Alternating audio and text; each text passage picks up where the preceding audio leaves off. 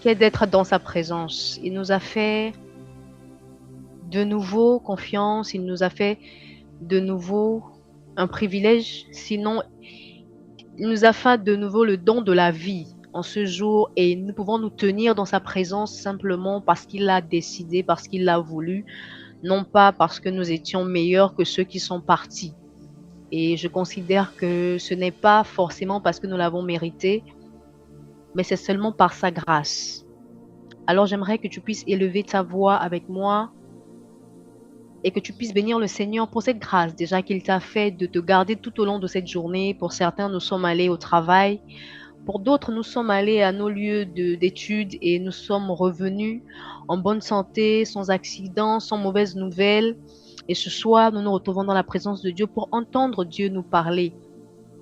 Il y a des chrétiens dans certains pays qui n'ont pas la liberté de pouvoir adorer Dieu, la liberté de pouvoir prier, la liberté même seulement d'aller dans leur lieu de culte, d'écouter Dieu, d'être libre de choisir Dieu au quotidien. Mais Dieu nous a fait cette grâce-là à nous. Alors, j'aimerais que tu puisses élever ta voix avec moi, que tu puisses bénir le Seigneur pour cette grâce, pour ce privilège encore qu'il nous a fait d'être là ce soir, d'être en bonne santé et d'être dans sa présence. Est-ce que tu peux ouvrir ton micro avec moi, et bénir le nom de l'Éternel pour cela?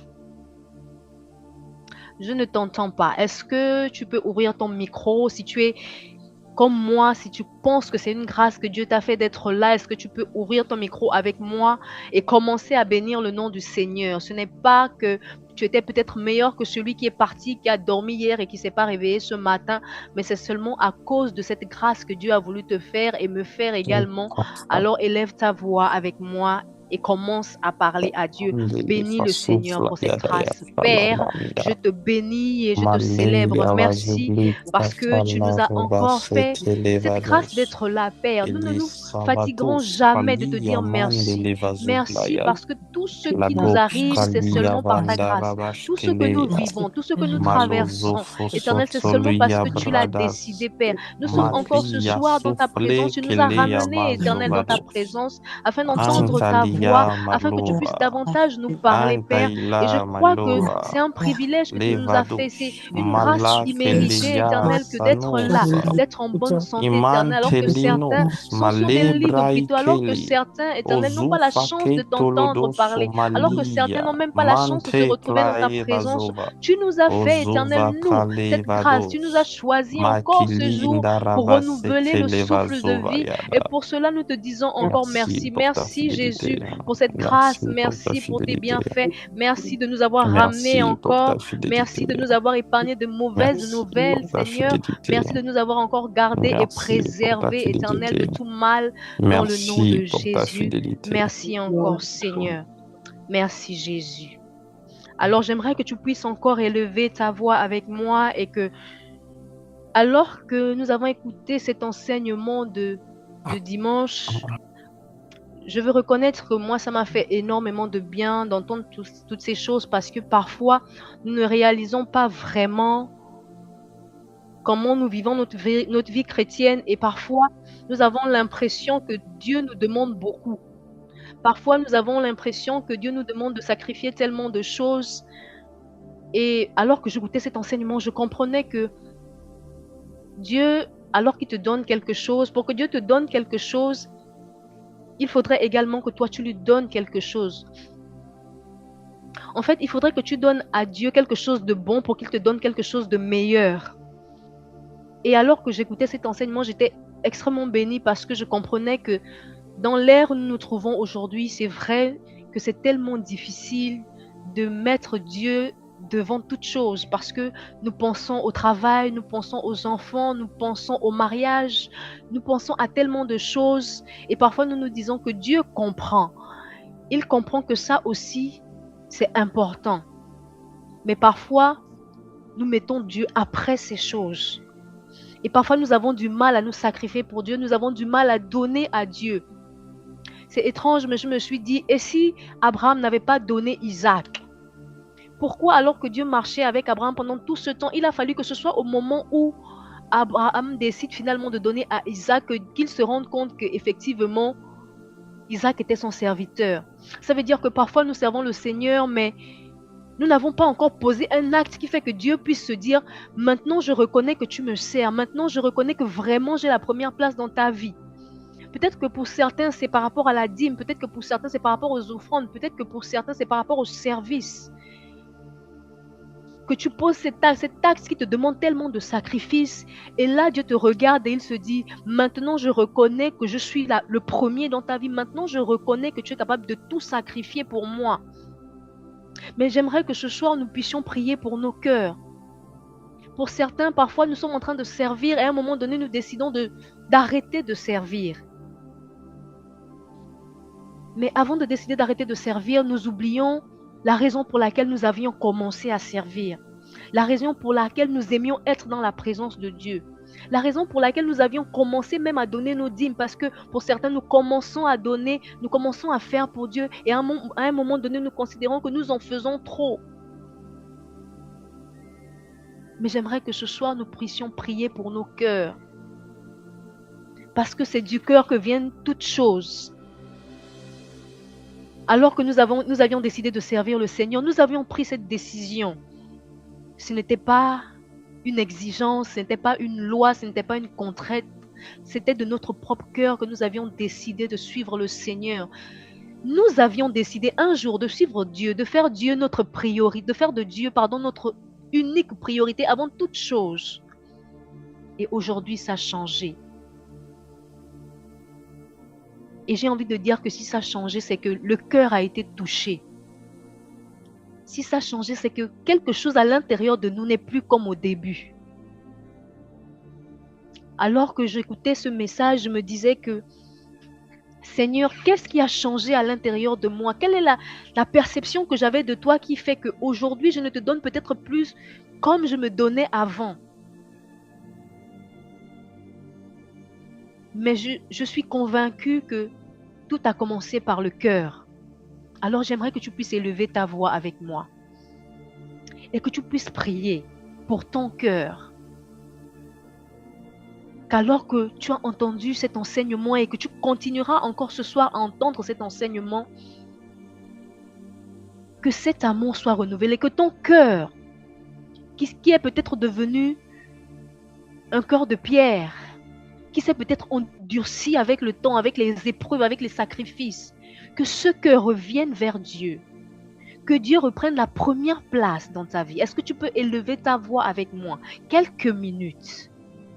Est-ce que tu peux élever ta voix avec moi quelques minutes? Premier dans mon cœur, soit le premier dans mes pensées. Éternel, soit le premier dans mon je cœur, viens encore te prier pour mon cœur, Seigneur. soit le Éternel, nous disons que nous t'aimons, nous disons de nos lèvres que nous t'adorons, nous disons, Seigneur, que tu as la première place dans nos vies, mais parfois, alors que nous avons des actions que nous posons, nous reconnaissons par nos actions, Seigneur, que ce n'est pas toujours vrai. Seigneur, parfois nous préférons choisir le travail, parfois nous préférons choisir notre mariage, parfois nous préférons choisir nos enfants. Parfois, Éternel, nous mettons des priorités différentes des tiennes, Éternel, et nous oublions complètement, Seigneur, que c'est toi avant toute chose, parce que c'est toi qui rends toutes choses possibles. Éternel, si aujourd'hui je perdais mon travail, vers qui je me tournerais? Je me tournerais vers toi. Si aujourd'hui, mes enfants étaient malades, vers qui je me tournerais? Je me tournerais vers toi. Éternel, si aujourd'hui mes finances étaient touchées, vers qui j'irais crier, Seigneur? J'irais crier vers toi, parce que c'est toi qui m'as donné ces choses. Éternel, si je tombais malade aujourd'hui, vers qui j'irais crier? J'irais crier vers toi, Seigneur, parce que c'est toi, Éternel, qui me guérit, parce que c'est toi qui me console, parce que c'est toi qui me transforme. Éternel, je reconnais que peut-être dans mes finances, je ne te donne pas la première place.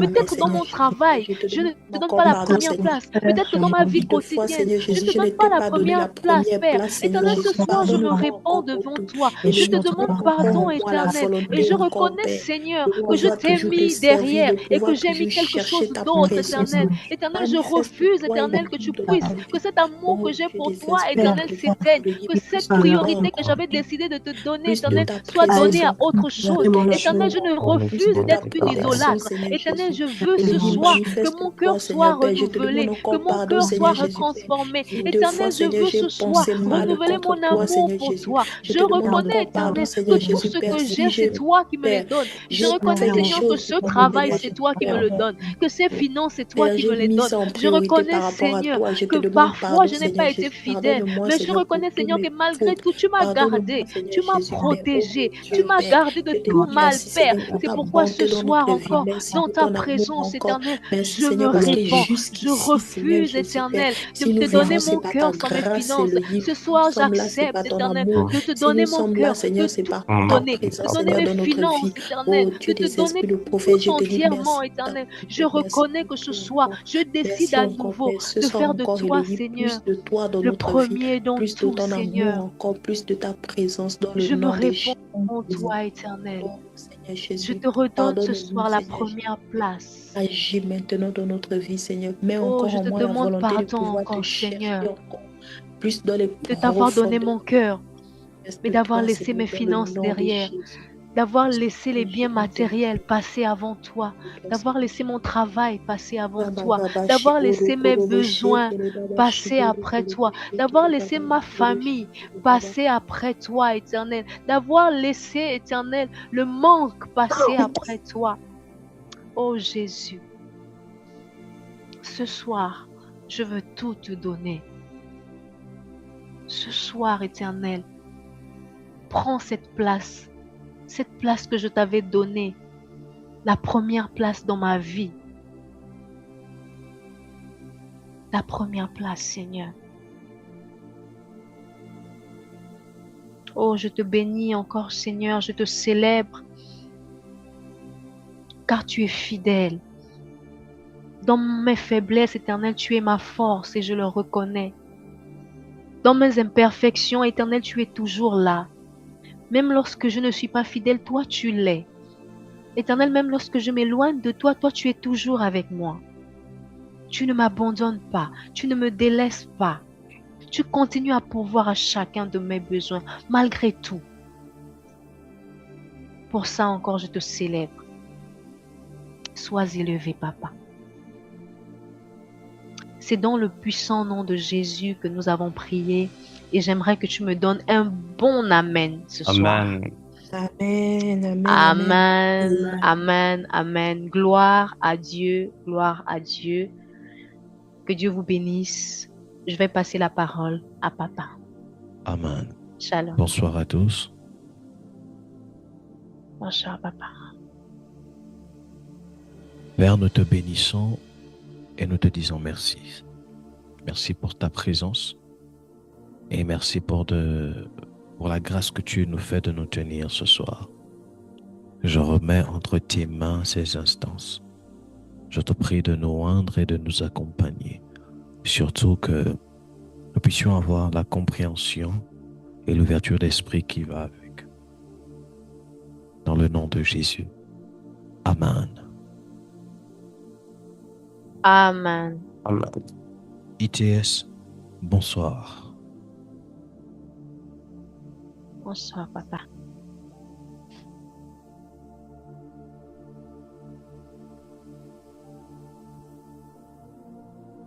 Est-ce qu'on m'entend très bien?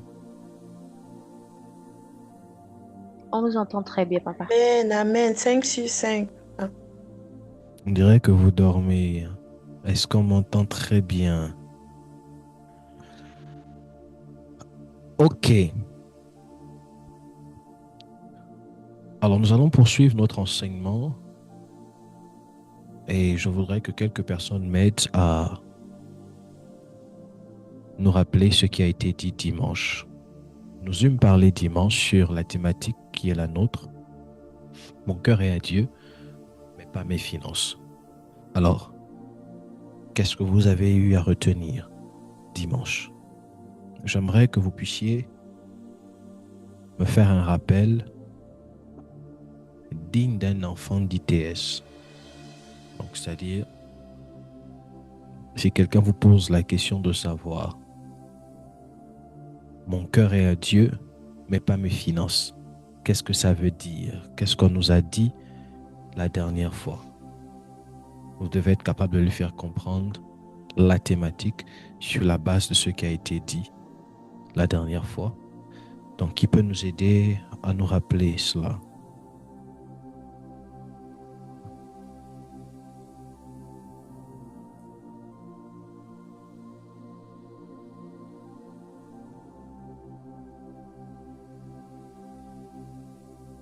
Qui prend la parole? Allons-y, allons-y, allons-y. Qu'est-ce que nous avons dit la dernière fois?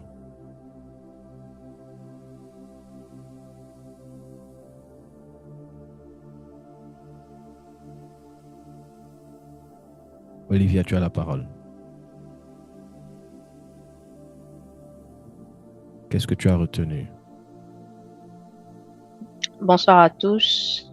Bonsoir. Alors déjà, j'ai retenu que parfois dans la vie chrétienne, nous disons que nous aimons Dieu, mais souvent dans nos actions, ce n'est pas le cas. Et je pouvais le comprendre parce que alors qu'on prenait le verset de Matthieu 6 qui nous disait que là où se trouve ton trésor, là aussi sera ton cœur, je réalisais que parfois nous faisons passer nos besoins, notre travail, parfois même la famille avant Dieu. Et parfois nous donnons la priorité à d'autres choses que Dieu. Et parfois, certains se disent que lorsqu'on lit la Bible et qu'on dit on ne peut pas servir deux dieux, quand on parle de servir ou même on se dit adorer, pour certains on se dit que c'est dire par exemple j'aime l'argent ou j'adore l'argent, mais on s'est rendu compte le dimanche que ce n'est pas dans ce sens-là. C'est dans quel sens? Mais c'est dans le sens où l'argent prend la première place avant le service ou même avant les temps qu'on passe dans la présence de Dieu. Et quand je parle d'argent, ça peut être le travail, par exemple, ou ça peut être peut-être un business que je dois faire ou un rendez-vous d'affaires. Et là, je fais passer ça avant Dieu. Donc, et c'est à ce moment-là que... Oui. On a redéfini c'est quoi l'idolâtrie. L'idolâtrie, exactement. Continuons. Donc, j'entends par là l'amour de l'argent. Et c'est vrai que je n'avais pas vraiment compris ça avant. Et là, ça m'a vraiment permis de comprendre qu'effectivement, parfois au quotidien, nous sommes des idolâtres parce que parfois nous mettons l'argent avant Dieu. Et parfois, dans cet enseignement, j'ai également compris que parfois nous nous compromettons même. C'est-à-dire que parfois, nous trahissons les valeurs de Dieu, les valeurs chrétiennes, au profit de l'argent, au profit des gains de nos intérêts personnels. Et j'ai aussi compris que un cœur qui est rempli de Dieu ne peut pas avoir du mal à donner à Dieu et ne peut pas avoir de mal à se sacrifier pour Dieu. Stop. Reste là, que Dieu te bénisse. Dariska prend la parole. J'honore la présence de l'apôtre Duc qui est là. Nous sommes contents de votre présence. Dariska prend la parole. Qu'est-ce qu'on a dit le dimanche? Rapidement. Qu'est-ce que tu as retenu?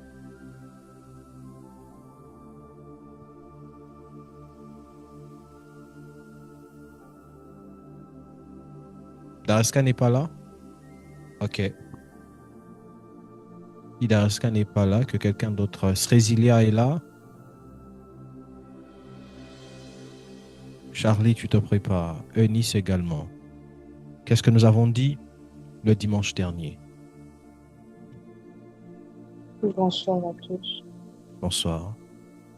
Donc, nous avons évoqué le point sur l'idolâtrie. Et donc, nous avons dit que l'idolâtrie commence dans le service. C'est le fait d'être dévoué à quelque chose ou à quelqu'un autre que Dieu. Très bien. Quoi d'autre? Continue.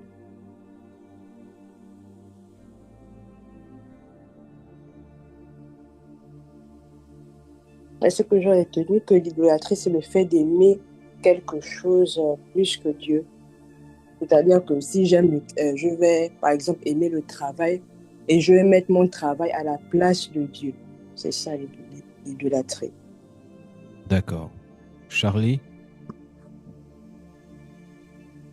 Bonsoir tout le monde.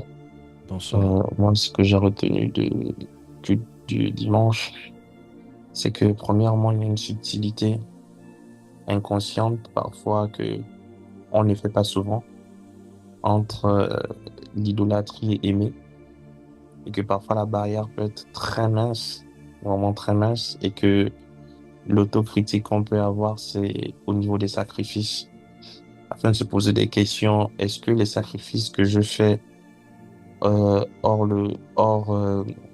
la destination de Dieu, est-ce que ce sont les mêmes que je fais également pour Dieu? Mm. Et que par ces questions, on peut se positionner en se disant que là, on est sur la route de l'idolâtrie, et là, non. Donc, pour moi, j'ai également retenu qu'il y a une hiérarchisation de tout ce qu'on fait, et que Dieu doit être au premier plan. Parce que personnellement, je me suis dit, on peut tout avoir, les maisons, les voitures, mais si le premier plan, on ne l'a pas, c'est qu'on n'a rien, réellement. Et Glory to on doit être God. capable toujours de faire des sacrifices. On ne doit pas se limiter pour faire des sacrifices pour Dieu. Parce que tout ce qu'on cherche, c'est d'abord le royaume, et après le reste, ce n'est qu'un complément. Eunice, on va finir avec toi.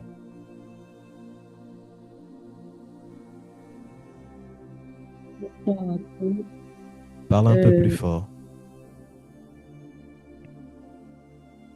Ce que moi j'ai retenu, c'est sur l'idolâtrie, sur la définition que nous avons reçue, que l'idolâtrie, ce n'est pas le fait de dire que, forcément de dire de notre bouche que l'on aime quelque chose, mais c'est plutôt le fait de servir, la manière dont on sert.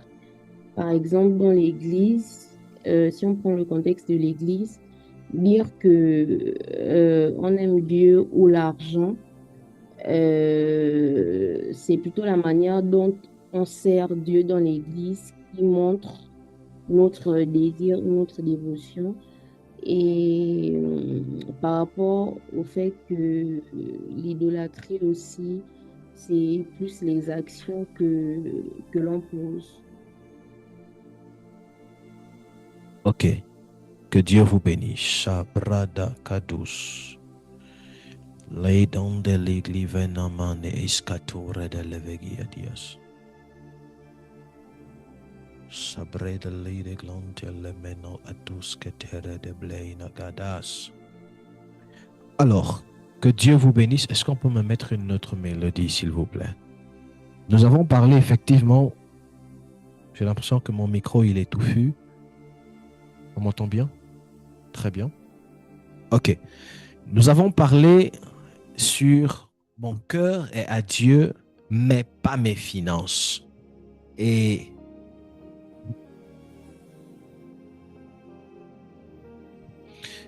mon objectif premier était d'abord d'apporter une définition sur la notion de l'idolâtrie.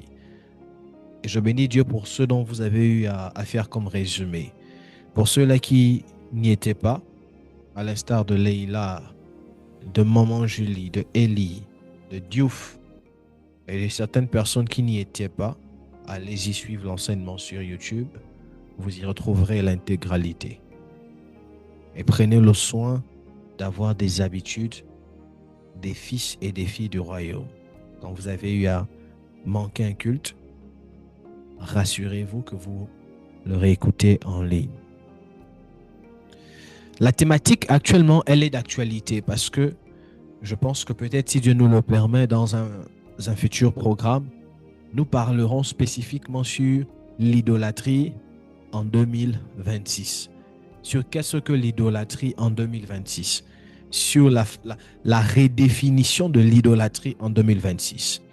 Voyez-vous, nous sommes dans une ère où il est facile pour des personnes, pour des humains, pour des chrétiens de dire « J'aime Dieu, je crois en Dieu ». Mais quand vous touchez certains domaines, de la vie de ces individus, c'est à ce moment-là que vous vous rendez compte qu'en fait, ces personnes ne croient pas en Dieu. Ou ces personnes prétendent dire qu'elles aiment Dieu, mais il y a encore beaucoup de domaines dans lesquels elles doivent travailler. Je prends un exemple. Je vous pose une question. Est-ce que la foi sans les œuvres peut-elle exister? Non. Vous êtes sûr que la foi sans les œuvres ne peut pas exister? Ça ne peut pas exister. Maman dit ça ne peut pas exister. D'accord. Si même la foi ne peut exister sans les œuvres, bon, pensez-vous que l'amour peut-il être réel sans des œuvres? J'ai bien dit, non?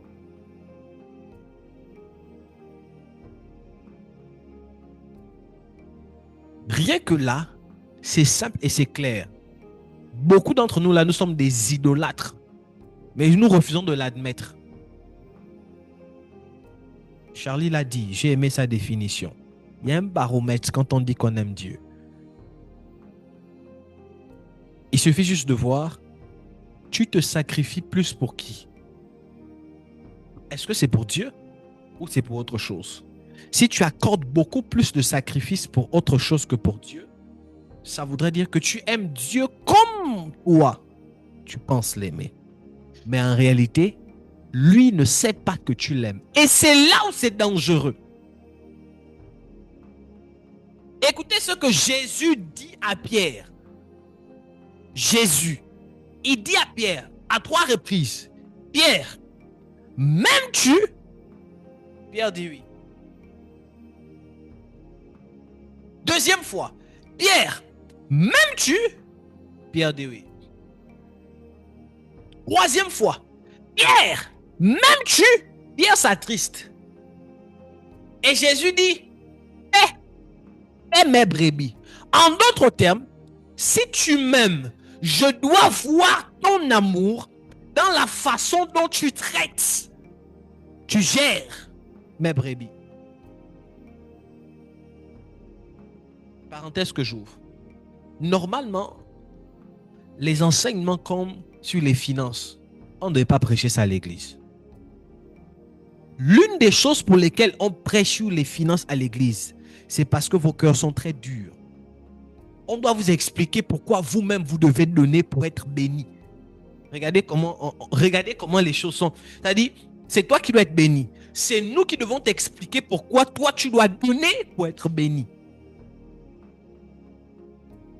Nous en sommes revenus à réexpliquer des choses. Pourquoi? Parce que vous n'avez plus la foi. La preuve, quand vous donnez à l'église, vous n'avez pas la conscience que vous donnez à Dieu. Mais pour vous, vous enrichissez un homme. Donc, rien que la façon de réfléchir, la façon de penser, prouve déjà qu'il y a un problème. Et le diable a réussi dans ça. Pourquoi? C'est quand il s'agit de donner à l'église qu'on enrichit un homme. Mais quand on donne chez les marabouts, il n'y a pas une question d'enrichissement. Pourquoi quand les hommes de Dieu disent faites ceci financièrement donné comme ça, c'est un problème, il escroque. Mais quand on vous escroque, on vous bouffe, on vous vole, on vous viole, permettez l'expression, on abuse de vous. Chez des marabouts, il n'y a pas un tapage. Suis-je le seul à me rendre compte que l'ennemi est en train de gagner en terrain? Vous-même, vous ne voyez pas ça. Il n'existe aucune spiritualité, aucune dévotion à la divinité sans offrande, sans sacrifice. Ça n'existe pas. Là où on parle d'adoration, il y a la notion du sacrifice. Là où on parle d'adoration à la divinité, il y a forcément la notion de sacrifice. Ça n'existe pas. En d'autres termes, toute personne qui se dit être chrétienne et qui ne comprend pas que c'est pour son bien, qu'il n'existe pas d'adoration sans sacrifice et qui entre griffes dit j'aime Dieu, mais dont on ne voit pas l'amour qu'elle accorde à Dieu être accompagné par des actions précises, cette fille ou cette femme ou cet homme, cet individu est un ignorant qui s'ignore. C'est l'une des raisons pour lesquelles ce texte me fait peur. C'est pas tous ceux qui disent Seigneur, Seigneur qui hériteront le royaume des cieux. Je vous explique ça. Alors, quels sont ceux-là qui disent Seigneur et qui auront part au royaume des cieux? C'est ceux-là qui, au-delà de dire Seigneur, ont gardé les commandements de Jésus en eux. C'est ceux-là dont, quand Jésus les regarde, Jésus sait qu'au-delà de dire je t'aime dans la bouche, non, elle-même, parce qu'elle travaille dans mon œuvre, elle-même, parce que son cœur y est, elle-même, parce qu'en réalité, elle se sacrifie elle-même, parce que j'ai la première place dans son cœur.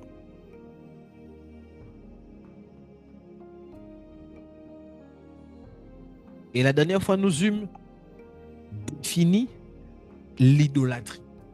L'idolâtrie, j'ai eu à dire, ce n'est pas le fait de dire « Oh, argent, je t'aime, j'adore l'argent ». L'idolâtrie, ce n'est même pas le fait de dire « Adorer le diable ». Oh, nous serons choqués. Adorer le diable, c'est pas dire « Oh, Satan, je t'aime, je te loue ». C'est pas ça, adorer le diable.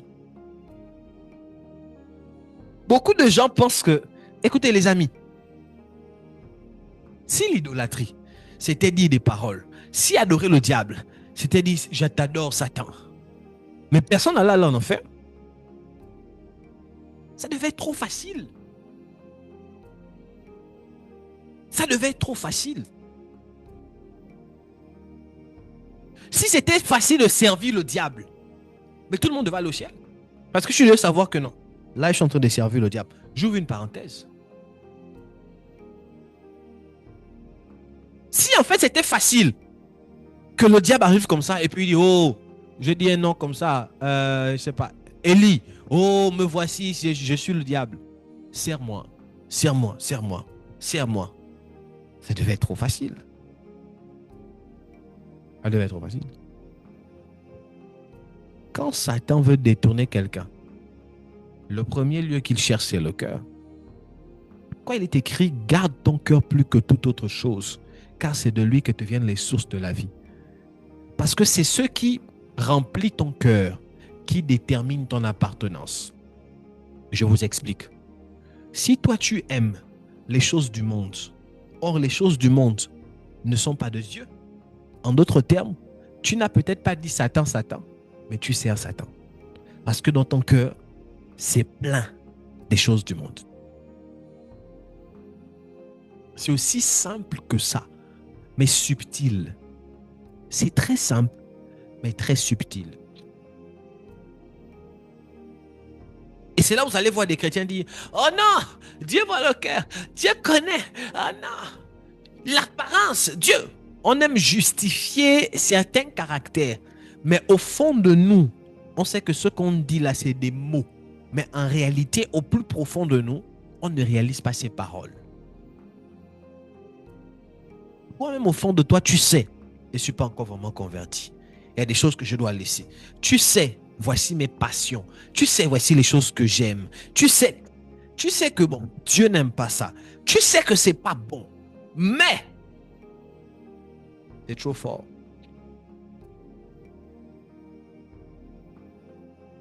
Gabriel n'a pas besoin de descendre pour te dire que là, tu es en train de servir Satan.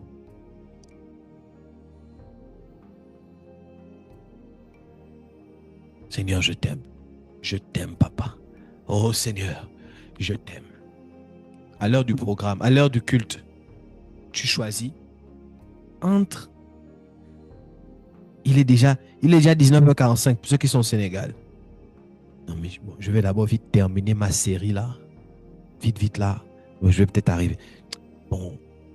C'est-à-dire, ce qui remplit votre cœur est tout suffisant pour vous permettre de savoir, vous-même d'abord, si réellement Dieu a la première place ou pas. Quand on vous demande d'honorer Dieu dans vos dîmes ou bien dans vos offrandes, je l'ai dit la dernière fois, peut-être je vais en parler aujourd'hui. Excusez-moi, personne ne pourra me tromper. Et personne ne peut me démontrer le contraire. Une personne qui a du mal à donner à Dieu, premièrement, c'est une personne qui n'a pas foi en Dieu. Si vous avez du mal à donner à Dieu, c'est la preuve en votre âme et conscience que vous ne croyez pas en Dieu. Vous êtes plus conscient de vos problèmes qu'autre chose. Parce qu'une personne qui croit au Seigneur Jésus-Christ ne peut pas dire pour la dîme, tu as du mal à donner la dîme. Voici comment beaucoup de personnes sont. La fin du mois arrive. Bon, il y a des personnes qui donnent les dîmes seulement chaque... Moi, je donne mes dîmes sur tout ce qui rentre. Dès que j'ai quelque chose, j'enlève ma dîme. Je n'attends pas les fins du mois. C'est comme ça qu'on m'a enseigné sur la dîme. On m'a pas enseigné sur la dîme, enlever le salaire de la fin du mois. Pour moi, la dîme, c'est tout ce que je reçois, j'enlève 10%. C'est ça. C'est tout ce que je reçois, j'enlève 10%. Donc, quand quelqu'un me bénit, j'enlève 10%. Et quand j'enlève 10%, je ne regarde pas d'abord, Seigneur, les charges là ne sont pas encore payées. La Wi-Fi, Seigneur, on doit aller à l'hôpital, on doit faire ça. Je ne regarde pas d'abord ça, Seigneur, voici le marché. Non, je regarde d'abord combien de fois grand est mon Dieu et petites sont mes situations. Je donne avec la conscience de merci à Dieu, mais aussi merci parce que Dieu peut multiplier. Merci parce que ce que j'ai eu, ce n'est pas par mes efforts, mais c'est par la grâce de Dieu. Toutes les personnes qui ont un problème dans les offrandes ou dans les dîmes ont tendance à voir grand leur problème que leur Dieu. Et personne ne pourra me dire le contraire. Quand Dieu vous bénit, que ce soit les fins du mois ou peu importe, voici comment vous réfléchissez. Ah, j'ai les dettes ici. Ah, il y a le salaire, il y a le marché. Ah, il y a les factures. Ah, il y a ça. Ah, il y a ça. Et excusez-moi, vous pourriez dire, vous croyez en Dieu. Oui. Mais en réalité, à l'intérieur de vous, les situations par lesquelles vous passez ont plus d'autonomie, ont plus de force que la foi au prétendu Dieu que vous disiez avoir. C'est comme ça qu'on dit? Que vous dites avoir.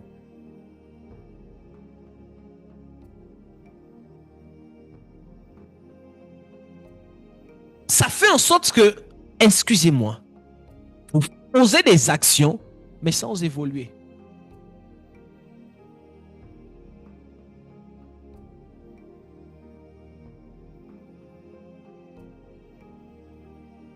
La preuve, je donne un témoignage. Peut-être elle va regarder sur les réseaux, elle n'est pas là. C'est une de mes filles. Une de mes filles est venue me voir, quelqu'un de l'église. Elle est venue me dire, elle m'a dit, papa, j'ai envie... Écoutez, hein. Elle dit, papa, je veux bâtir un hôtel pour mes affaires et consorts. D'accord. Elle m'a dit, elle veut bâtir un hôtel. C'est ma fille, c'est pas question d'étranger, c'est ma propre fille. Je lui ai dit, d'accord. J'ai dit, quand je te regarde là, si tu veux bâtir, parce que les situations, c'était un peu trouble. J'ai dit, si tu veux bâtir un hôtel, c'est minimum 500 000 comme sacrifice. Elle a fait, ah! On m'a dit, oh, papa. J'ai dit, oh, et quoi, c'est dur. Jusqu'aujourd'hui, elle n'est plus jamais revenue pour en parler sur l'hôtel. Récemment, quand je parlais avec elle, je riais. Je l'ai taquiné un peu. Je lui ai dit, ma fille, mais l'hôtel que tu voulais bâtir là. Elle dit, ah papa, ça va venir. Je lui ai dit ça. Ça montre un problème. Ça révèle un problème. Premièrement, une personne qui dit, je veux bâtir un hôtel. Tu viens voir le sacrificateur. Le sacrificateur te dit, et c'est pas que tu n'as pas la possibilité de le faire. Elle a la possibilité de le faire. Le sacrificateur te dit, tu mets minimum ça. et tu cries. La question que je m'en vais vous poser, pour quelqu'un qui a la capacité de le faire, est-ce qu'elle croit vraiment à l'autel qu'elle veut bâtir?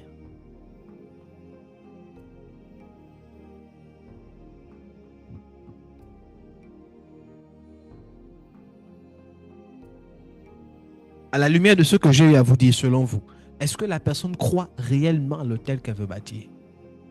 Pour moi, c'est non. Parce que premièrement, si tu veux bâtir un hôtel par rapport aux affaires, ça voudrait dire que tu poses une action qui va protéger tes affaires, mais aussi qui va te permettre de te distinguer. Donc, à vrai dire, si on te demande de poser un sacrifice dont tu es capable de faire, tu ne peux même pas douter ou avoir peur. Parce que tu sais que ce que tu poses comme action va bousculer le règne spirituel afin de t'apporter des résultats.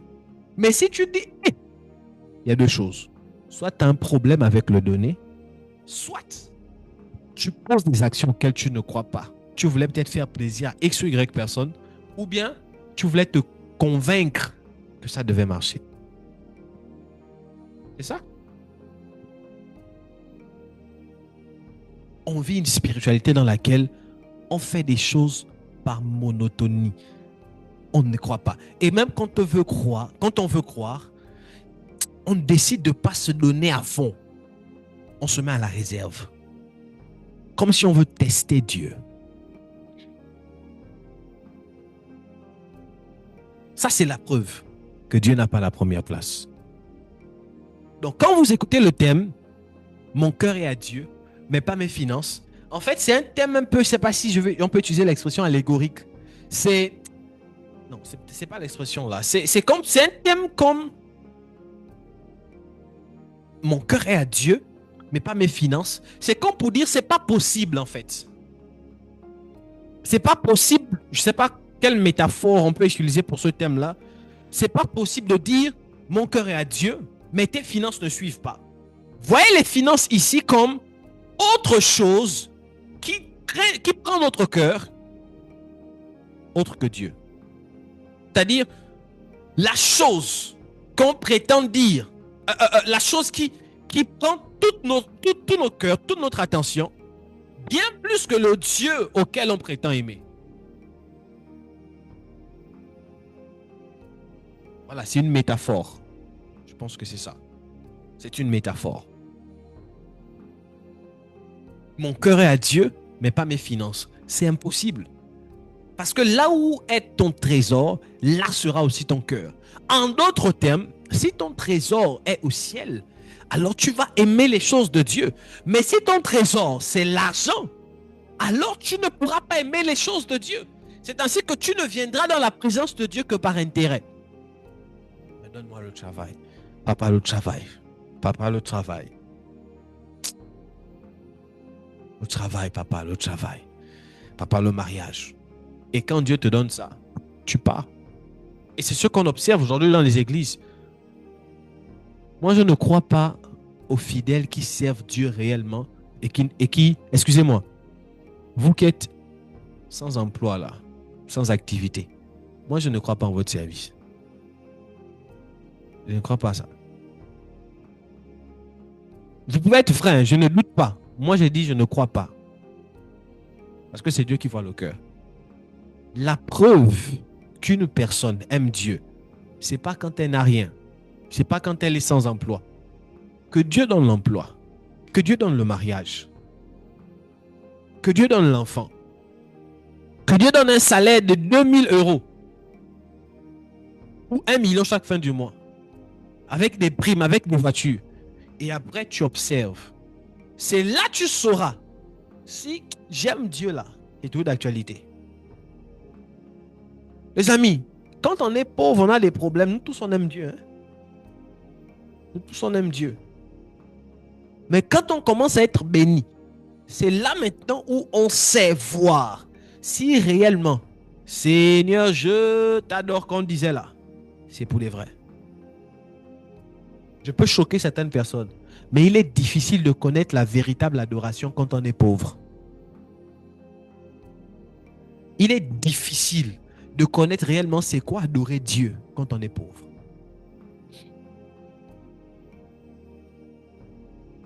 Il est difficile. Quand on est pauvre, le plus souvent, on cherche Dieu par intérêt. On adore Dieu avec le désir d'avoir quelque chose d'autre de lui. Santé, voyage, mariage, freinage, tout ce qui va là. Mais quand on a tout et qu'on dit on adore Dieu, c'est là qu'on reconnaît. Écoutez, regardez dans la Bible, Dieu n'a jamais été frappé par l'adoration d'un pauvre. Je n'ai pas encore lu. Toutes les fois où Dieu est frappé par l'adoration d'un pauvre, de quelqu'un dans la Bible, c'est un riche. Allez-y demander à Job. Job était tellement riche que Dieu était tellement frappé par son intégrité. Il vante même ses merveilles à Satan. Tu as vu mon fils Job? Il est intègre. Je lui ai tout donné, mais il est là. Il a femme, enfant, nourriture, argent, mais il est là. Il respecte les sacrifices. Il respecte les cultes. Il respecte la prière. Il est là, Dieu d'abord. Il aimait tellement Dieu que Dieu a vanté ses merveilles, ses mérites, ses œuvres. Satan dit, oh, tu l'as protégé? Enlève ça, enlève ça. Dieu a permis que Satan touche à Job, même à sa santé. Job n'a jamais abandonné Dieu. Même chose pour David. Malgré ses erreurs, David aimait Dieu.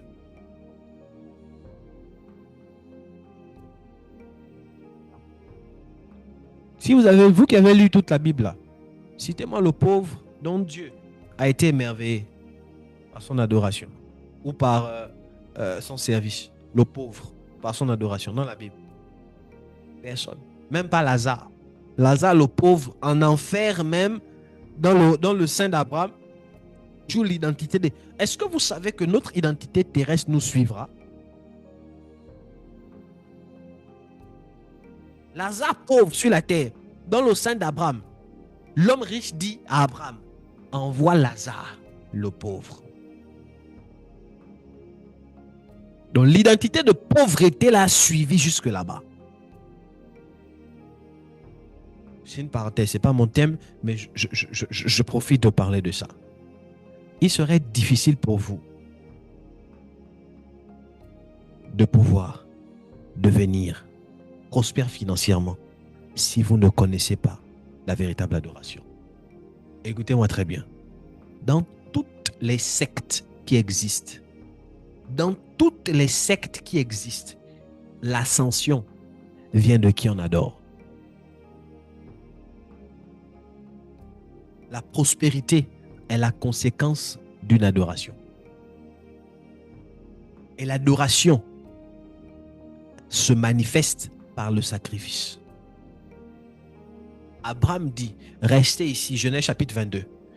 Moi et le petit, nous allons adorer. Maman Julie, adorer, c'est pas chanter avec le micro et dire, Seigneur, je t'adore à l'église. C'est pas ça. Adorer la divinité, ce n'est pas chanter. La divinité ne connaît pas les chants. La divinité connaît les sacrifices et les offrandes. J'ai trop de choses à vous dire.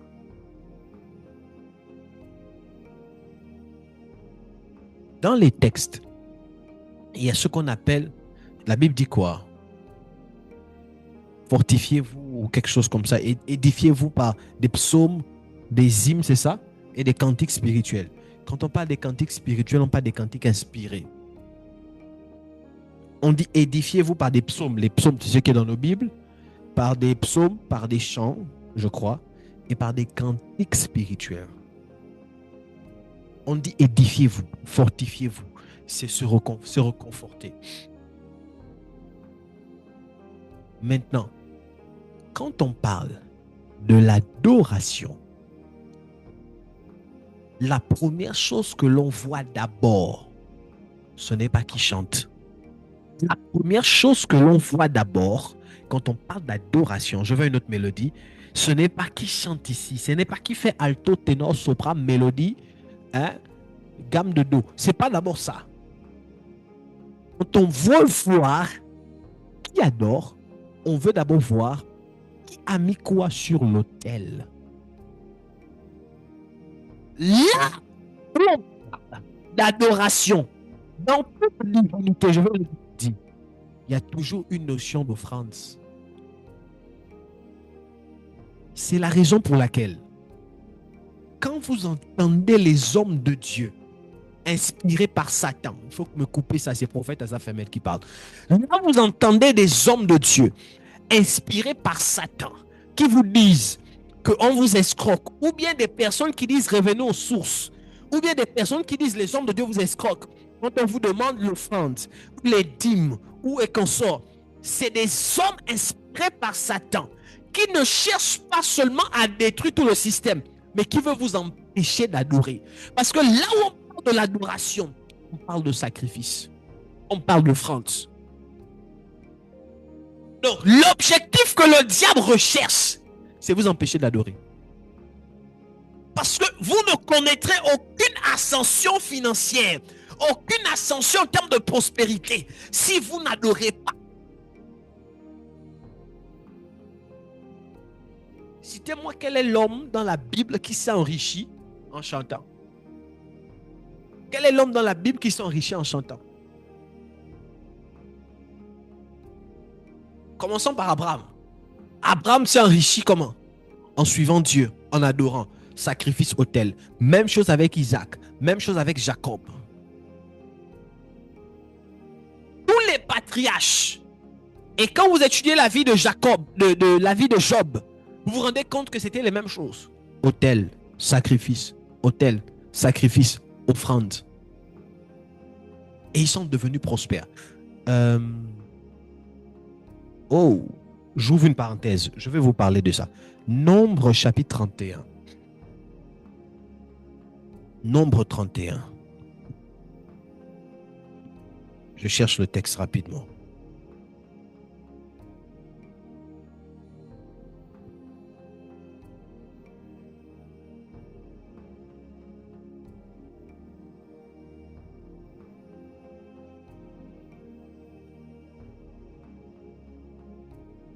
Nombre 31, verset 29.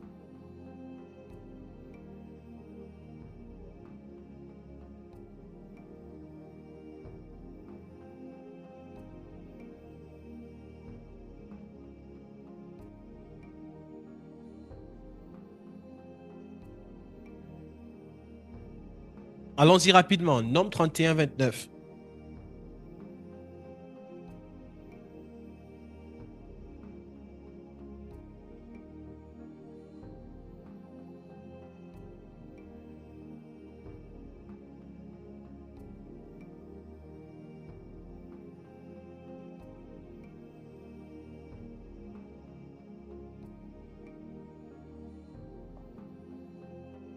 Où sont mes lectrices là? Je veux que quelqu'un lise ça rapidement. Olivia, active ton micro et lis. Si Srésilia n'est pas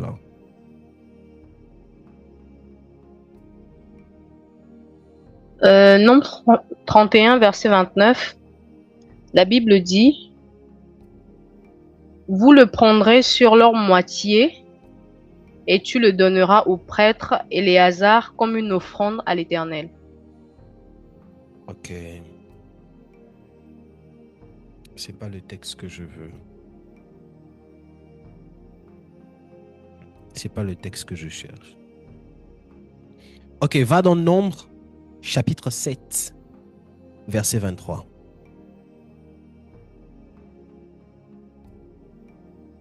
Nombre 7, il y a beaucoup de textes qui en parlent, mais je veux Nombre 7, 23.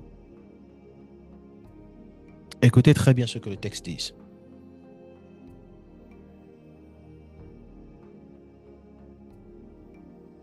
Nombre 7, verset 23, la Bible dit: et pour le sacrifice d'action de grâce, 2 bœufs, 5 béliers, 5 boucs, 5 agneaux d'un an. Telle fut l'offrande de Nethanéel, fils de Tsuar. Tu es dans Nombre, Je suis dans Nombre 7. verset. C'était verset 23. Ok, Nombre 7, verset 23. Merci. Quelqu'un a une autre version?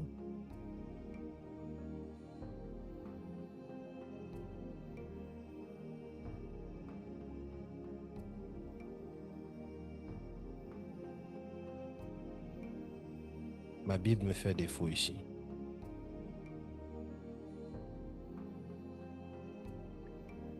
Quelqu'un a une autre version?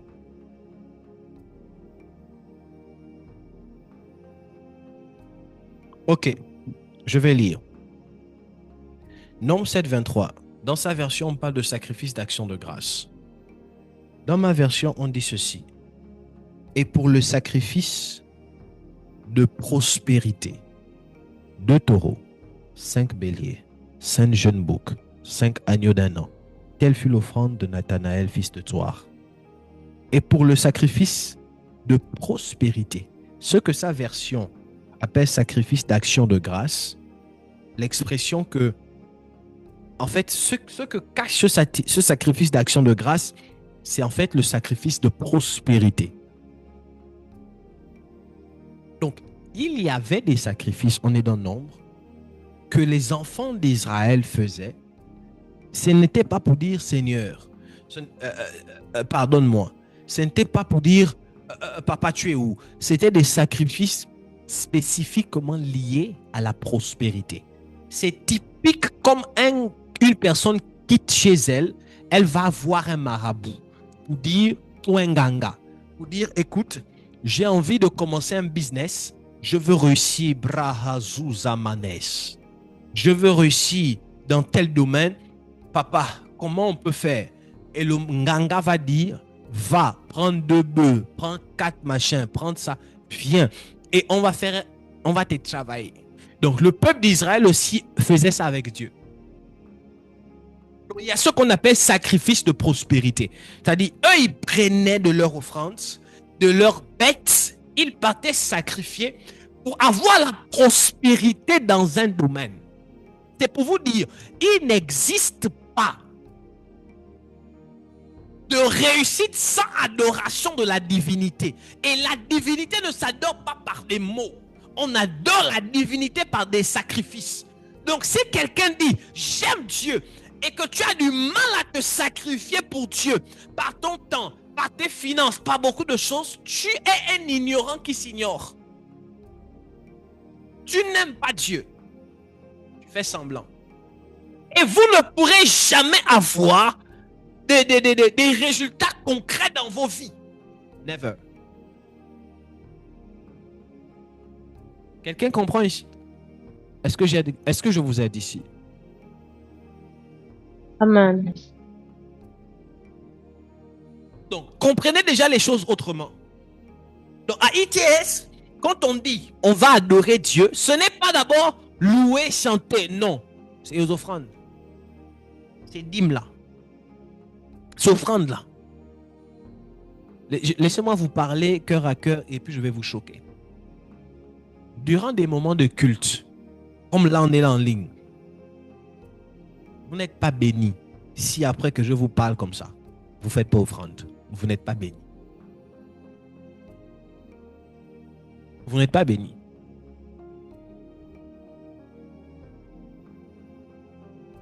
Donc, erreur encore. Si tu es du genre, je t'enseigne, tu finis, tu as oublié tout l'enseignement. Tu as retenu quoi? Ah papa, je ne sais pas, je ne peux pas faire résumé, j'ai oublié. Papa, on a prêché sur quoi? Ah, j'ai oublié. C'est terrible. C'est terrible.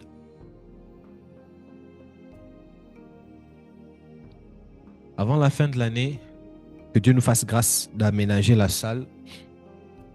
Que Dieu nous fasse grâce d'aménager notre salle. On pourra voir comment bien la structurer. On aura des enseignements en ligne, mais aussi en présentiel. Parce que, retenez ça, équipe, j'ai besoin d'un tableau ou un écran. Je ne sais pas comment on va voir quand on aura la salle. Au moins, c'est un tableau illustratif.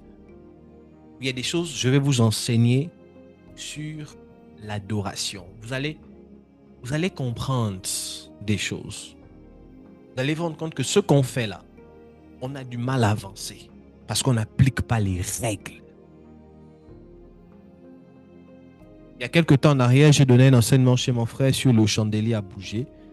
C'est fin. C'est le 0,5% de ce que Dieu m'a dit sur ça. Parce que le chandelier est un élément du tabernacle. Or, dans le tabernacle, il y a beaucoup de choses. J'écoutais un homme de Dieu, je crois que c'est hier ou ce matin. Depuis un moment, je l'écoute. Et pendant que je l'écoutais, il parlait sur le tabernacle et tout. Il a dit quelque chose de très important. Il a montré à la lumière des Écritures l'une des premières fois où on parle de miroir. Le miroir dans lequel on se mire dans les textes bibliques, ça se trouve dans le tabernacle.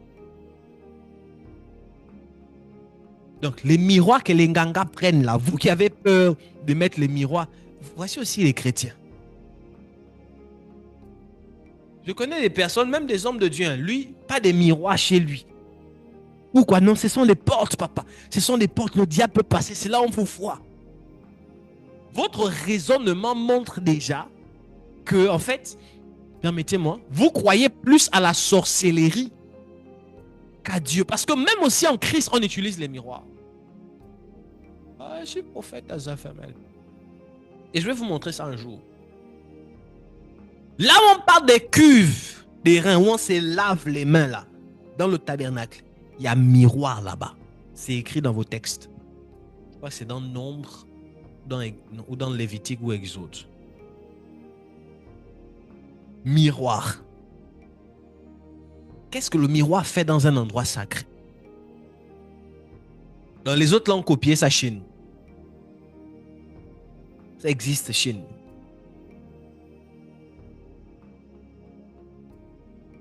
Je parlais de quoi? L'adoration. Merci chérie. L'adoration.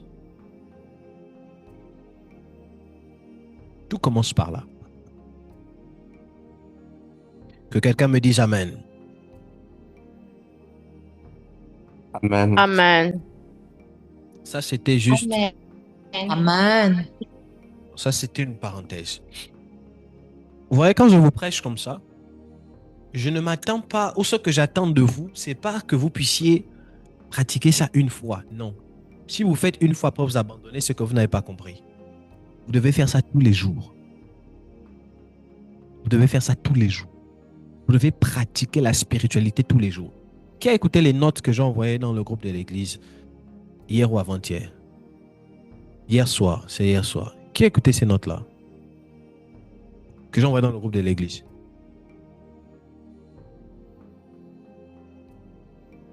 Qui a écouté les notes que j'ai mises dans le groupe de l'église hier soir? Manifestez-vous. Je veux vous voir.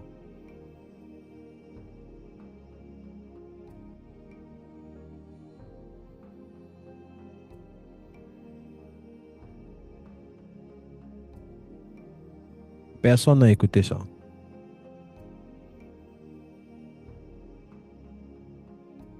On m'entend en temps ou bien on m'entend en retard?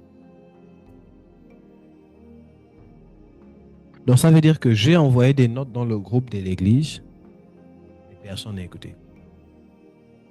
C'est pas important quoi.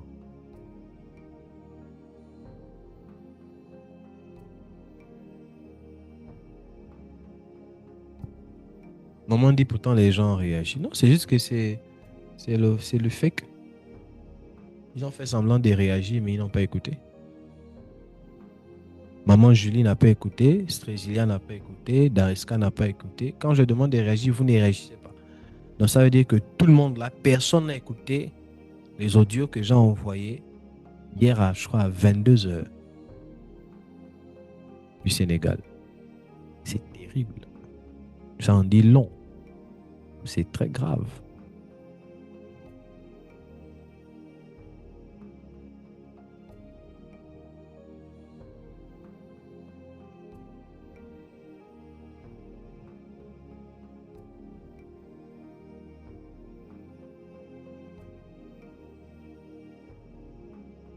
On est concentré par autre chose, sauf Dieu.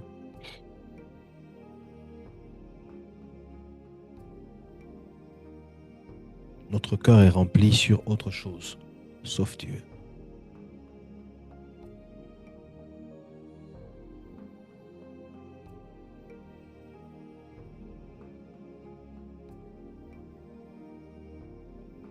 Je vous pose une question.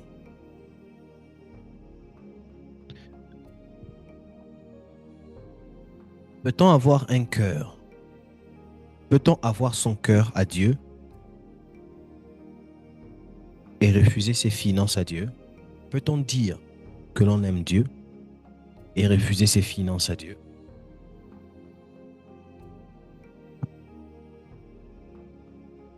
Est-ce que c'est possible?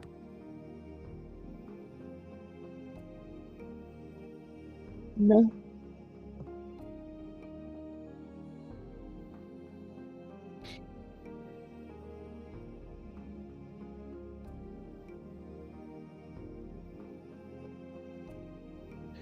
Lorsqu'une personne aime réellement Dieu,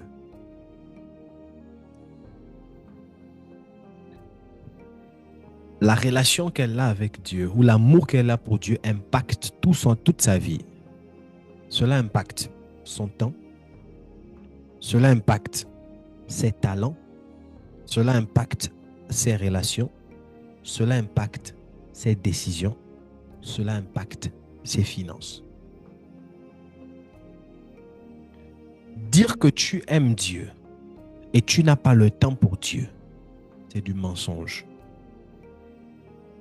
Et c'est ce que je vous dis là. Ce sont ces gens-là. Bon, au ciel là-bas, Jésus va dire, arrière de moi, je ne vous ai jamais connu. Et c'est grave. C'est grave parce que on peut être là en train de faire des miracles. Hein. Tu fais des miracles. D'où j'ai une citation sur, je crois que je l'ai toujours sur mon numéro de téléphone. La citation, c'est celle-ci. Ta relation avec Dieu est plus importante que tout. Ta relation avec Dieu est plus importante que tout. Si tu as un problème dans ta relation avec Dieu, c'est normal. Tu auras du mal à lui donner ton temps, tes talents. Une personne qui dit aimer Dieu peut ne pas avoir de l'argent, mais tout ce qu'elle va donner. Quand elle va entendre, il y a la prière à l'église. Elle va se connecter, mais elle va pas quitter l'église. Elle va donner son temps. Quand elle va entendre, on doit travailler ici. Elle va, je n'ai peut-être pas, mais voici ce que j'ai. Quand elle va entendre talent, on va faire ça pour Dieu. Bon, qu'est-ce que je peux faire? Papa, moi, il sait tresser. Moi, il sait préparer. Moi, il sait faire ça. Dieu, c'est ce qu'elle a.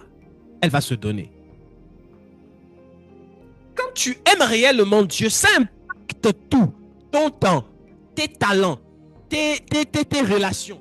Tu ne peux pas dire que tu aimes Dieu, mais tu as encore des relations de la tchantchouve. Avant, comme si tu n'aimais pas Dieu. Et parfois, on aime justifier ça. Mais Dieu voit le cœur, ce sont des hommes.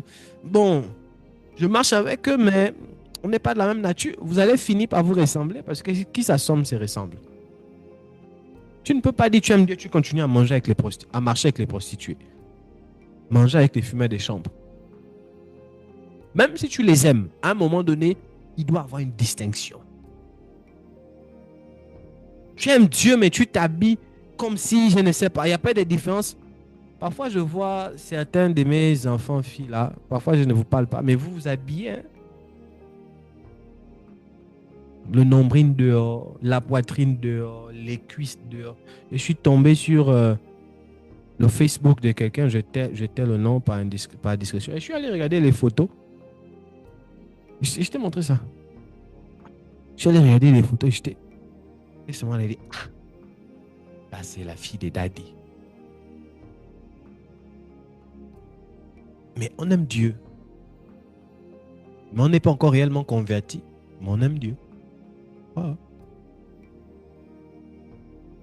Poitrine dehors, cuisse là-bas, c'est dehors. Nombril dehors. Mais c'est la fille de Daddy.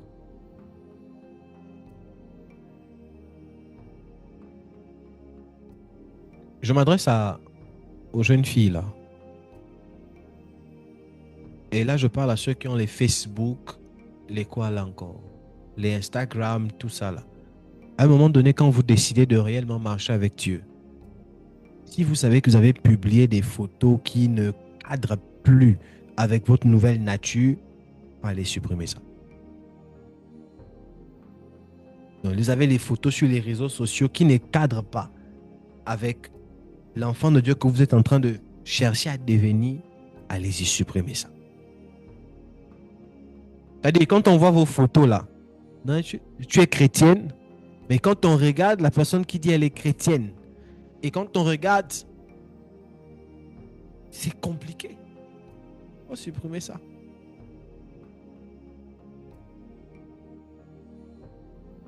Il faut enlever ça. Donc, que Dieu vous bénisse. Dites Amen. Amen. Amen. Amen. Il est impossible de dire que l'on aime Dieu et on choisit ce qu'on lui donne et ce qu'on ne lui donne pas. Hier, dimanche, je l'ai dit, Dieu ne demande pas le partiel. Dieu ne vous demande pas, bon, donnez-moi ça, mais ne me donnez pas ça. Dieu demande tout. Et là, Dieu demande tout. Maman Julie, Dieu demande tout. Il ne demande pas le partiel. Et quand on décide de ne pas tout donner à Dieu, c'est ce qui parfois emmène des comportements après compliqués. Tu vois des gens qui ont les comportements des gorilles. Parce qu'on a décidé de donner un peu et de ne pas tout donner. La Bible dit, Marc chapitre 12, verset 30. Tu aimeras le Seigneur ton Dieu de tout ton cœur, de toute ton âme, de toute ta pensée et de toute ta force. Et remarquez bien, à chaque fois, il y a toutes. Toutes. Dieu ne demande pas un peu. Dieu demande beaucoup. Dieu demande tout.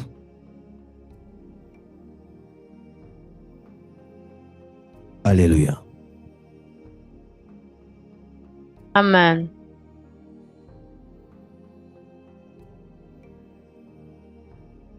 Alléluia. Amen. Amen.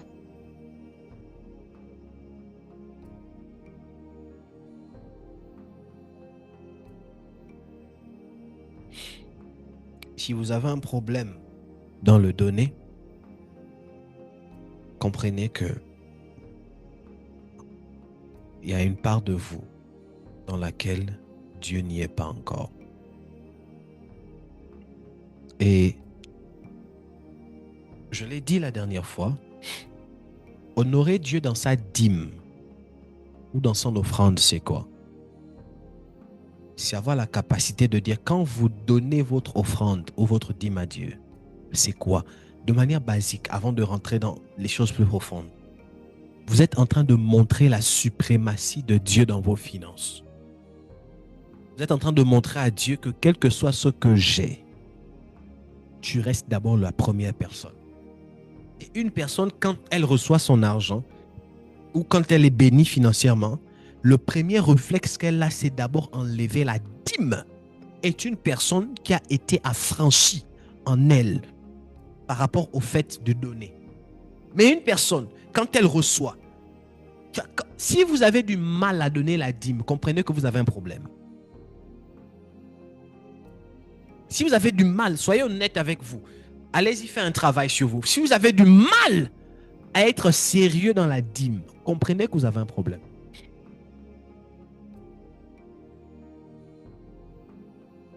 J'ai discuté avec ma fille, beaucoup les enfants, hein?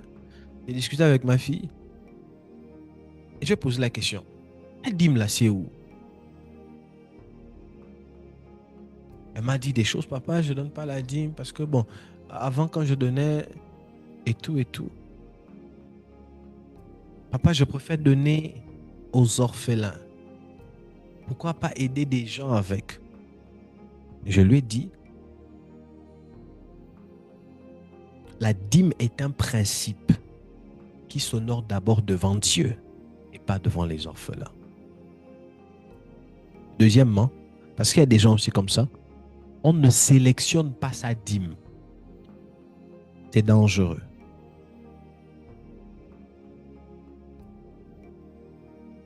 Il y a une de mes filles à qui j'ai dit, prends tout, va donner aux orphelins, va aider des gens, mais ne donne plus ta dîme. Jusqu'à ce que tu sois consciente de pourquoi on donne la dîme. Parce qu'il y a des gens qui sélectionnent. Bon, ça, je peux donner. Ça, je ne peux pas donner. Il y a des gens aussi parfois, si ce n'est pas la sorcellerie, c'est quoi? Il y a des gens aussi parfois, quand c'est peu, donner 100 000, dîme de 100 000, c'est combien? 10 000. 200 000, dîme de 200 000, c'est 20 000. Là, c'est facile. Maintenant, quand tu as 10 millions, dîme de 10 millions, c'est combien?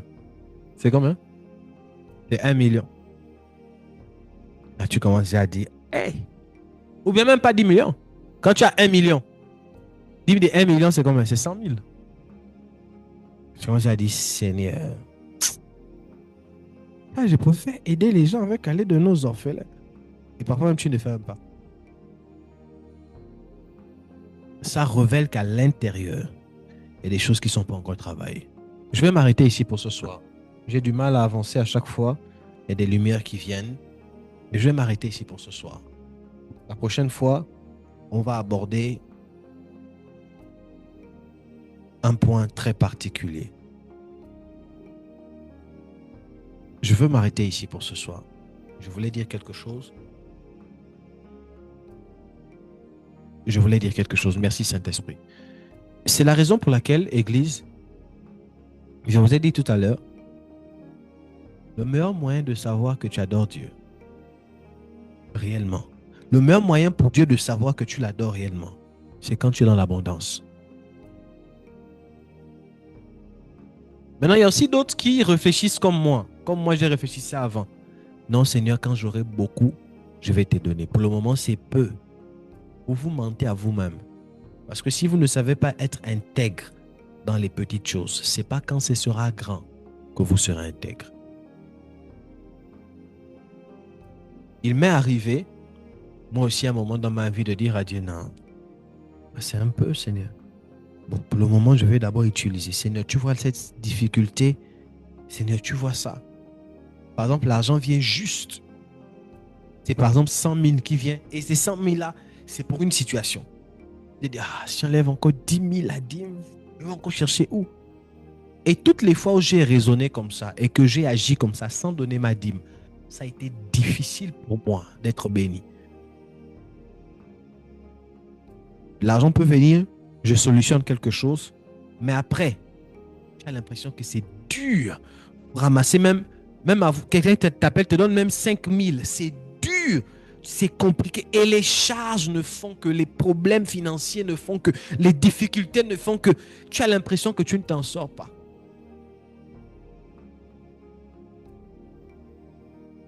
Et il est arrivé à un moment donné, je me suis dit, je crois en Dieu, je ne crois pas en Dieu. Je crois que l'or et l'argent appartiennent à Dieu ou pas. Bon, il est temps de montrer à Dieu, même dans mes finances, que je crois en lui. Et quand Dieu me bénit, j'enlève ma dîme. Première chose que j'enlève. Et quand j'enlève ma dîme, je dis, Seigneur, tu m'as donné, tu vas encore me donner. Cet argent ne peut pas me permettre de résoudre tous mes problèmes. Mais toi, tu peux m'envoyer suffisamment afin de résoudre tous mes problèmes. Je te donne pour ça. Et toutes les fois où j'ai honoré Dieu dans mes dîmes et dans les offrandes, j'ai vu, même quand je n'ai rien, l'argent qui vient. J'ai vu, même quand il n'y a rien dans le congélateur, quelqu'un t'appelle pour dire, papa, j'ai pensé à toi. Pour dire, papa, est-ce que... Pour dire, je donne même un témoignage. Je donne un témoignage ici. Récemment, j'ai eu des personnes qui sont venues chez moi. Vous allez vous en souvenir. Avec des barquettes, avec des choses. Vous nous avez honoré, mon épouse et moi. Que Dieu vous bénisse. Mais ce que vous ne savez pas, c'est que vous avez été la réponse à une prière. Parce que vous êtes venus dans un moment où il n'y avait rien. Et ce que vous avez amené là, les barquettes, les plateaux, ça nous a permis, c'est la réponse à une prière, jusqu'à ce que le ciel a été ouvert. Ouais, par exemple, ça, c'est un témoignage.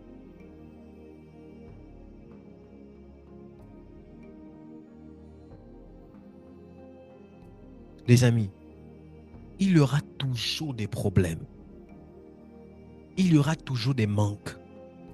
Mais dans tout ce que nous faisons, il est important de nous rassurer qu'on a Dieu avec nous et qu'on met d'abord Dieu devant. Pas les intérêts. Mettons d'abord Dieu devant. Si on compose premièrement avec Dieu devant, alors là, on peut être sûr que ce qui viendra derrière sera résolu.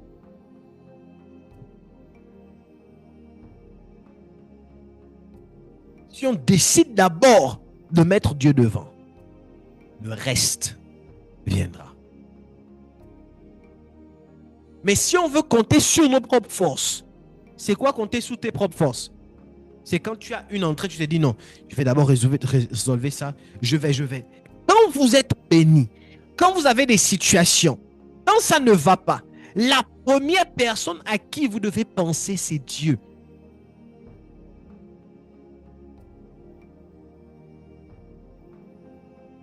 Ne soyez pas de ces chrétiens-là qui disent « Oh Dieu, regarde comment mon problème est grand. » Soyez de ces chrétiens qui disent « Problème, regarde comment mon Dieu est grand. » Je n'ai pas peut-être ça, mais problème, regarde comment mon Dieu est grand. L'attitude fait la différence.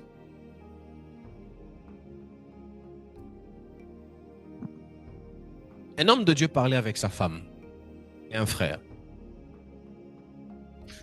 Il parlait avec sa femme. Et j'étais en train de réfléchir sur comment il devait faire pour les enfants et tout. Après quelques années dans le mariage, et l'homme de Dieu n'était pas encore prêt financièrement. Il voulait que tout soit prêt et tout. Mais la femme voulait déjà un enfant. Et eux, ils voulaient que tout puisse être prêt. Ça doit être prêt méticuleusement et tout. Jusqu'à ce que la femme a eu à le faire asseoir. Et la femme lui a dit, mais ça nous fait là plusieurs années dans le mariage. À quel niveau? Le désir ou le fait d'être perfectionniste, de tout préparer, voulait faire en sorte qu'il puisse tout planifier. Et après, il devait se dire, maintenant on peut faire l'enfant. Il a compris par sa femme qu'on ne maîtrise pas tout.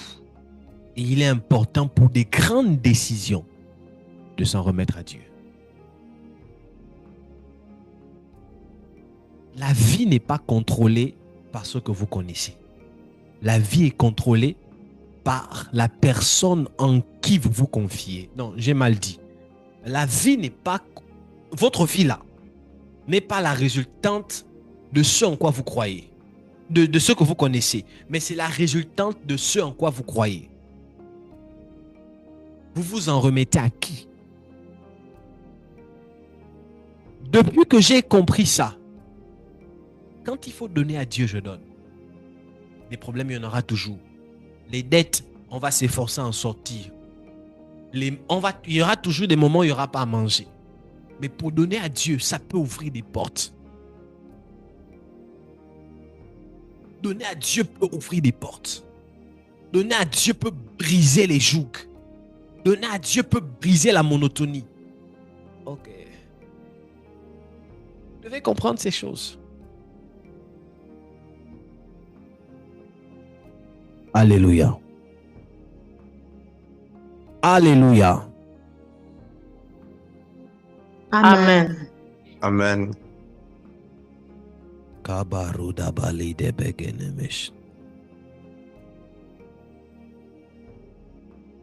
Alors, vendredi, je vais vous parler sur qu'est-ce que l'offrande. Vous allez comprendre. Qu'est-ce que l'offrande? Quand je parle des finances, je parle de tout ce qui est dîme, offrande, sacrifice. Mais pourquoi je parle particulièrement des finances?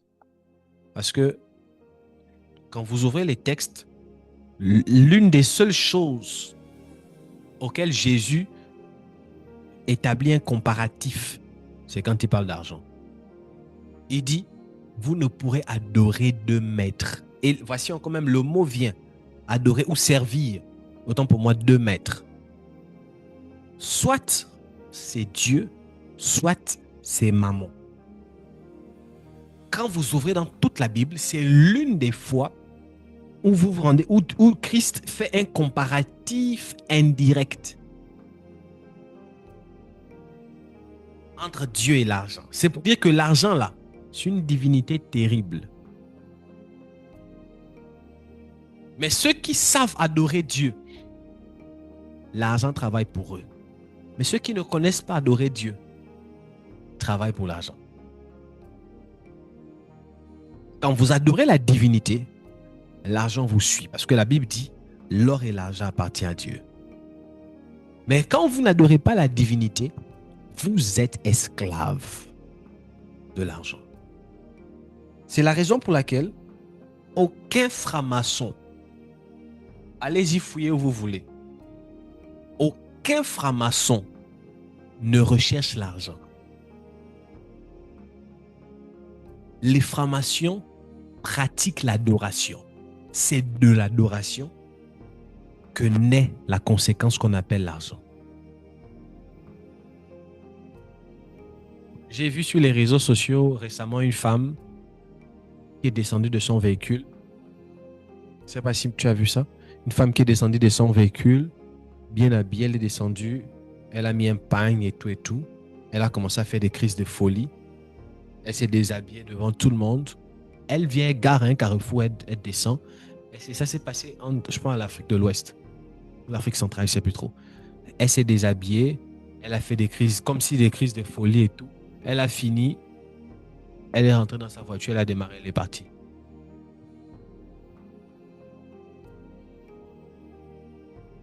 Parenthèse que j'ouvre. Ce n'est pas tout que vous voyez sur les réseaux sociaux que vous devez aller regarder. Il y a des choses, ne mettez jamais vos yeux dedans ou vos oreilles. Parce que vous devez comprendre qu'il y a aujourd'hui, plus la technologie avance, plus la spiritualité s'adapte. On peut voler votre énergie par une vidéo. Et il y a des personnes ici, vous n'allez pas me dire le contraire. Quand vous passez longtemps sur les réseaux sociaux, vous sortez, vous vous sentez fatigué, épuisé, vite.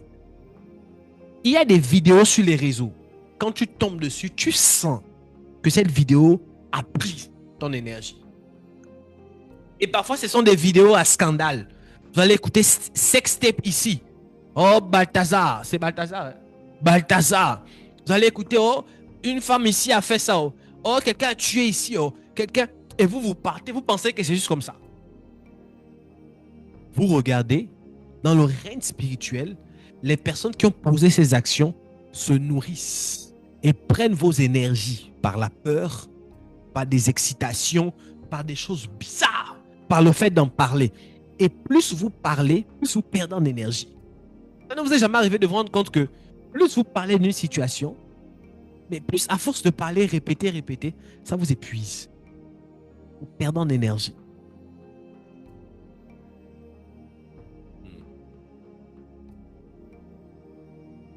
Est-ce que je parle à l'église? Dites Amen. Amen. Est-ce qu'on peut dire Amen? Amen. Non, Amen. ce n'est pas ça. Vous me semblez être en train de dormir. Alléluia. Amen. Amen. Non, Amen. vous semblez être en train de dormir. Alléluia. Amen. Gloire à Dieu. Père, merci pour ces moments. Merci pour ce culte. Je prie dans le nom de Jésus que tu nous donnes la capacité d'assimiler tout ce qui a été dit. Que tu changes les cœurs, que tu les transformes.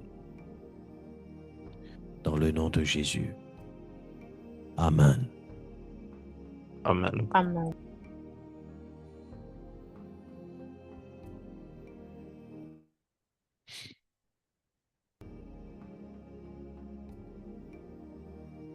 Tous les partenaires de l'Église, vous qui êtes là, on se voit juste après, pour 5 à 10 minutes maximum,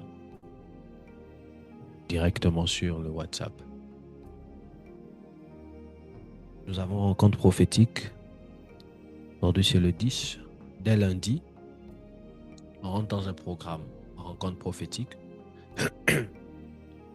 Je veux que tout le monde invite des personnes. J'aimerais qu'on soit très nombreux à ce programme. C'est en ligne. Vous allez découvrir certaines choses et comprendre plusieurs choses. Invitez un maximum de personnes à ce programme. Dieu nous a fait grâce d'avoir la salle et toutes les personnes qui veulent poser des actions par rapport à la salle de l'église. On doit faire beaucoup de travaux. Je vous prie de vous présenter. Et tous ceux qui sont au Sénégal, à Dakar précisément, nous allons aller pour une journée de nettoyage ce samedi. Tout le monde, sauf ceux-là qui travaillent, mais sinon, tout le monde, on ira pour bien faire des choses à partir du matin. Si vous avez un balai, venez avec. Une serpillière, venez avec. Un seau, venez avec. Tout ce qui peut permettre de nettoyer. Des gants, voilà, des gants. Prenez des gants, prenez des masques. Parce qu'on va prendre des éponges, prenez des dépoussiérants. On va vraiment nettoyer. Donc ce samedi, à partir de... On va mettre le rendez-vous pour 10 heures. Les couches tard là et les lève tard, vous voyez comment être là. Donc faites passer l'information et dans le groupe de l'église et dans les inbox de ceux-là qui sont au Sénégal, à Dakar précisément. Ça permettra de voir la salle et ce samedi aussi, par la grâce de Dieu, on verra comment faire le devis de certains travaux qu'on doit faire, de certains travaux qu'on devra faire. Donc le technicien, je peux le dire ainsi, sera là, celui qui se charge du mur, pas du plafond. Et voilà, certains spécialistes dans ces domaines-là, je crois qu'il sera là, il ou elles seront, il ou ils seront là, sera ou seront, tout dépend du nombre. Et ça nous permettra d'avoir un devis par rapport à cela. Donc, que Dieu vous bénisse. Prenez vos offrandes. Est-ce qu'il y a quelqu'un pour qui je dois prier ici qui a sa dîme?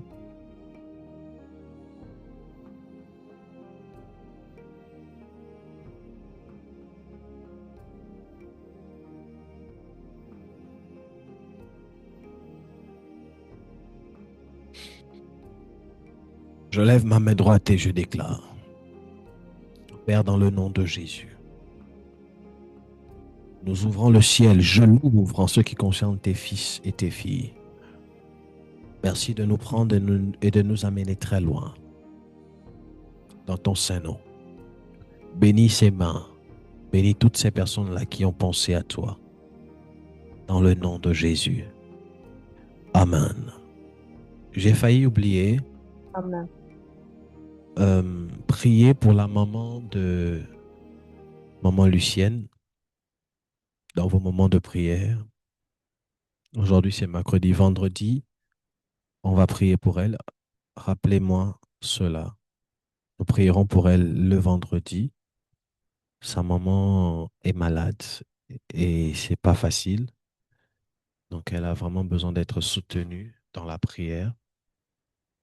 Mais nous allons prier encore pour Béatrice qui n'a pas pu se connecter. Vous la voyez un peu épisodiquement depuis un moment. Donc, nous allons prier pour elle.